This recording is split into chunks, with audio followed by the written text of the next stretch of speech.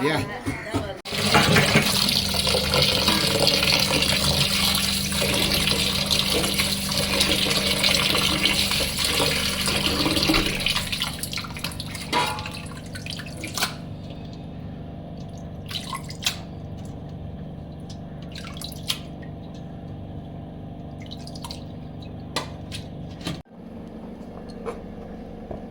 பூண்டு 4 வெங்காயம் 3 தக்காளி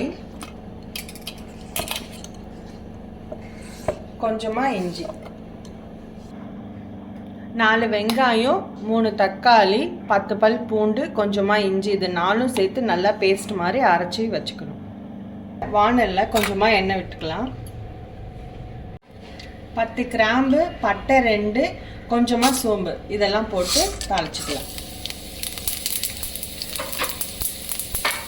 நல்லா பொரிஞ்சிடுச்சு. இப்போ நம்ம அரைச்சி வச்சிருக்கிற பேஸ்ட்டை இதோட சேர்த்து நல்லா வதக்கிக்கலாம்.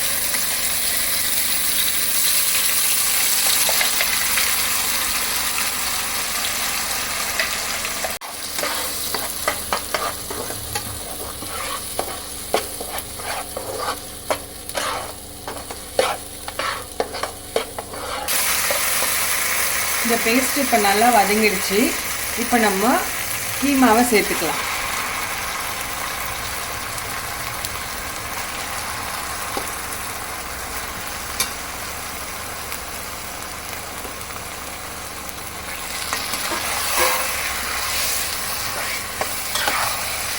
இதோட கொஞ்சம் உப்பு மஞ்சள்தூள் போட்டு வதக்கிக்கலாம்.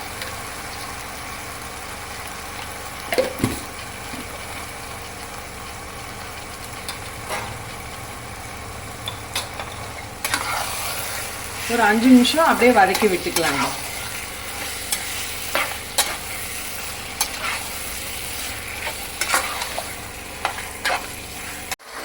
இப்போ மட்டன் நல்லா வதங்கிடுச்சு. இப்போ மட்டன் கைமாவுக்கு தேவையான தண்ணியை ஊற்றிக்கலாம்.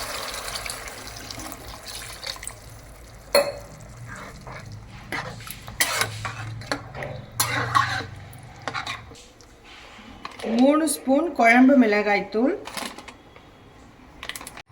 2 ஸ்பூன் தனியாத்தூள்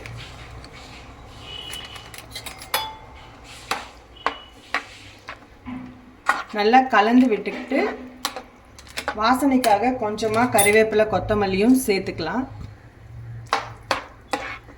சேர்த்துட்டு மட்டன் நல்லா வேகணும்ல, நம்ம அதனால மூடி போட்டு ஒரு 15 மினிட்ஸ் நல்லா வேக வச்சிடலாம்.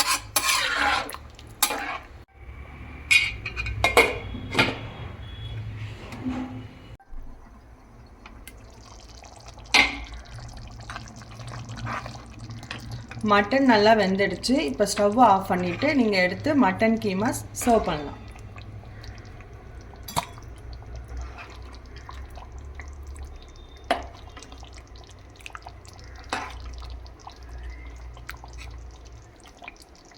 Mutton keema ready.